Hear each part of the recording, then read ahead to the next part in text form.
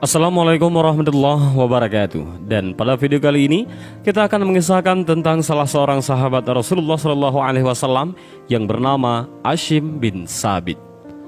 Hashim bin Thabit adalah seorang sahabat Nabi yang gagah berani dalam berjihad di jalan Allah. Beliau tak gentar ketika mengikuti peperangan menghadapi musuh-musuh Allah, karena Hashim bin Thabit dikenal dengan keberanian. Ketika beliau gugur di medan pertempuran, salah satu perempuan kafir Quraisy bersumpah akan memberikan hadiah kepada siapa saja yang dapat membawakan kepala Hashim bin Thabit kepadanya untuk dijadikan batok minuman keras ataupun khamar. Perang Badar baru saja usai. Kaum kafir Quraisy bertekad membalas kekalahan mereka. Kedengkian dan nafsu untuk balas dendam terus berkobar di dada kaum kafir Quraisy. Tidak saja kaum pria, bahkan perempuan-perempuan bangsawan kaum kafir Quraisy pun turut pula ke Uhud untuk menggelorakan semangat perang. Di antara para wanita itu terdapat Hindun binti Utbah, yaitu istri Abu Sufyan bin Harb, Ritah binti Munabbih, yaitu istri Amr bin Ash, Sulafah binti Sa'ad beserta suaminya, Talhah dan 3 orang anak laki-lakinya, Musafiyah, Julas dan Kilab, serta banyak lagi wanita-wanita lainnya. Ketika pasukan-pasukan Islam dan musyrikin bertemu di medan Uhud dan api peperangan pun menyala, Hindun binti Utbah dan beberapa perempuan dari kaum musyrikin lain berdiri di belakang pasukan pria. Mereka memegang rebana dan menabuhnya sambil menyanyikan lagu peperangan. Lagu-lagu mereka membakar semangat pasukan berkuda, membuat para suami bagaikan terkena sihir. Pertempuran pun usai. Kaum kafir Quraisy memperoleh kemenangan pada pertempuran tersebut. Para perempuan Quraisy berlompatan, berlarian ke tengah medan pertempuran, mabuk kemenangan. Mereka merusak mayat-mayat kaum muslimin yang gugur dalam pertempuran tersebut. Mereka membalaskan dendam bapak, saudara, dan pamannya yang terbunuh di pertempuran sebelumnya, yaitu Perang Badar. Sulafah bin Sa'ad lain pula caranya. Dia tidak seperti perempuan lain. Hatinya guncang dan gelisah menunggu kemunculan suami dan 3 orang anaknya. Dia berdiri bersama kawan-kawannya yang sedang mabuk kemenangan. Setelah lama menunggu dengan sia-sia, akhirnya dia masuk ke arena pertempuran sampai jauh ke dalam. Diperiksanya satu persatu wajah mayat-mayat yang bergelimpangan. Tiba-tiba didapatkannya mayat suaminya terbaring hampa. Dia melompat bagaikan singa betina ketakutan. Kemudian ditunjukkan pandangannya ke segala arah mencari anak-anaknya. Tidak berapa lama dia mencari ke segenap lapangan. Didapatinya Musafi dan Kilab telah tewas, namun Julas masih hidup dengan nafas kembang kempis. Kemudian ditatapnya wajah anaknya seraya bertanya, "Siapa lawan yang menjatuhkanmu?" Dengan nafas putus nyambung Pulas menjawab, "Hashim bin Thabit." Dia pula yang memukul roboh Musafi. Belum habis dia berbicara, nafasnya sudah terputus. Sulafah binti Sa'ad bagaikan orang gila. Dia menangis dan meraung sekencang-kencangnya. Dia bersumpah tidak akan makan dan menghapus air mata, kecuali bila orang Quraisy membalaskan dendamnya kepada Hashim bin Thabit dan memberikan batok kepala Hashim kepadanya untuk dijadikan mangkok tempat minum khamar. Dia juga berjanji akan memberikan hadiah dan uang yang banyak bagi orang yang dapat menyerahkan Hashim bin Thabit kepadanya, hidup ataupun mati.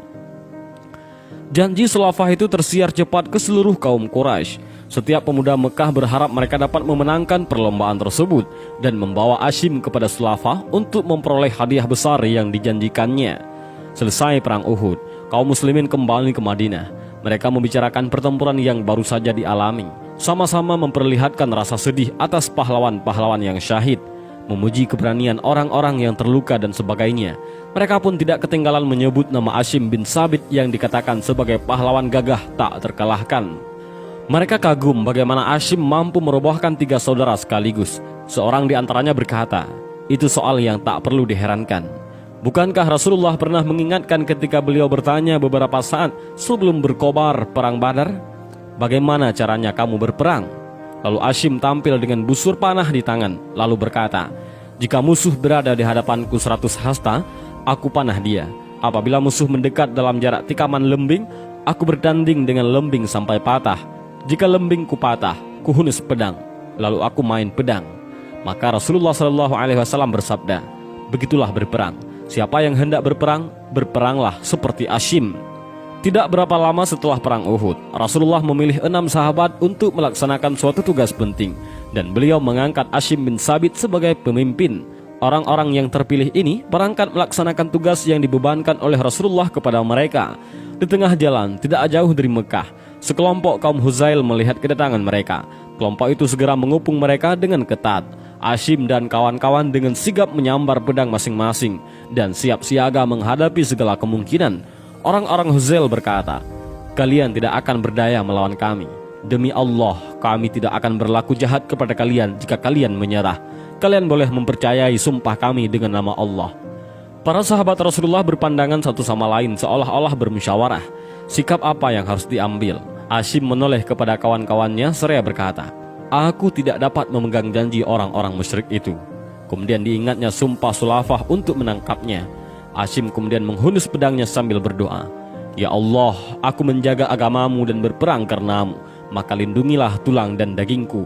Jangan biarkan seorang musuh pun dapat menjamahnya." Hashim dan rekan-rekannya menyerang orang-orang Huzail. Mereka bertiga bertempur mati-matian sehingga akhirnya roboh dan gugur satu persatu sebagai syuhada. Adapun kawan Hashim 3 lagi menyerah sebagai tawanan. Mereka dikhianati oleh kaum Huzail yang tidak menepati janji. Pada mulanya, kaum Huzail tidak mengetahui bahwa salah seorang di antara korban mereka adalah Hashim bin Sabit. Namun setelah tahu bahwa salah satunya adalah Hashim, mereka pun girang bukan kepalang karena membayangkan hadiah besar yang akan diperoleh. Hanya beberapa saat setelah kesyahidan Hashim bin Sabit dan kawan-kawan, kaum Quraisy telah mencium beritanya. Karena kaum Huzail tinggal tidak jauh dari kota Mekah, para pemimpin Quraisy segera mengirim utusan kepada para pembunuh Hashim, meminta kepala Hashim untuk menghilangkan dahaga Sulafah binti Sa'ad dan menyempurnakan sumpahnya. Para pemimpin Quraisy membekali para utusan itu dengan uang yang memadai dan menyuruh mereka menyerahkan seluruh uang itu kepada kaum Huzail demi untuk mendapatkan kepala Hashim. Kaum Huzail pergi mencari jasad Hashim untuk memisahkan kepalanya dari jasad, tetapi dengan kuasa Allah, tiba-tiba mereka dikejutkan oleh sarang lebah dan gerombolan serangga yang menyerang dari segala arah.